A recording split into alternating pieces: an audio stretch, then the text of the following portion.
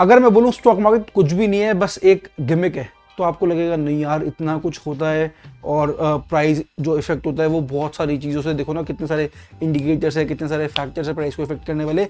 I agree ऐसा होता है, बट फिर भी मैं आपको बता रहा हूँ साइकोलॉजी मैटर्स, एंड अल्टीमेटली जो प्राइस को मूव करता है वो इन्वेस्टर सेंटीमेंट करता है। मैंने कहीं पे पढ़ा था, मुझे पता नहीं कि किसी बुक में पढ़ा था शायद, एक बार क्या हुआ कि किसी जगह पे बहुत सूखा पड़ा हुआ था, एंड उसके चक्कर में ओवरऑल सूखा पड़ा था जहाँ पे एग्रीकल्चर होता था, और जिसके चक्कर में सप्लाईज नहीं गई सिटी तक, एंड लोगों को बहुत ज़्यादा एक देखने को मिला कि भाई खाना वाना ढंग से नहीं आ रहा है, एंड ओवरऑल इमोशनल मार्केट का नेगेटिव हुआ, जिसके चक्कर में उसका इम्पैक्ट स्टॉक मार्केट पे देखने को मिला। अब बाय चांस 2 दिन बाद बारिश आ गई बहुत ज़्यादा सिटी में, लोग बिल्कुल हैप्पी हो गए, बिल्कुल पॉजिटिव हो गए, उनको लगा अब सही है, अब सूखा नहीं पड़ेगा, सब ठीक है, सब बढ़िया है, और उन्होंने शेयर्स वापस बाय करने स्टार्ट कर दिए, जिससे स्टॉक मार्केट वापस ऊपर पहुंच गई। लेकिन जो बारिश आई थी वो सिटी में आई थी जहाँ पे सूखा पड़ा हुआ था, मेन जहाँ पे एग्रीकल्चर हो रहा था, वहाँ पे तो बारिश आई ही नहीं थी, वहाँ पे तो सूखा ही पड़ा था।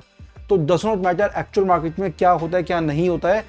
What matters is investor sentiment, कि इन्वेस्टर का सेंटीमेंट क्या है। तो आपको as an investor, as a trader, investor sentiment को देखना बहुत ज़रूरी है कि जो भी मार्केट के ट्रेंड चल रहे हैं उससे इन्वेस्टर्स या नॉर्मल मार्केट किस तरीके से रिएक्ट कर रही है। आज के डेट में सोशल मीडिया है आपके पास, तो वो आपको कहीं ना कहीं एक फीडबैक दे देता है कि ओके क्या हैशटैग्स चल रहे हैं ट्विटर पे, या क्या एक्स पे सॉरी, तो क्या चल रहा है मार्केट पे। तो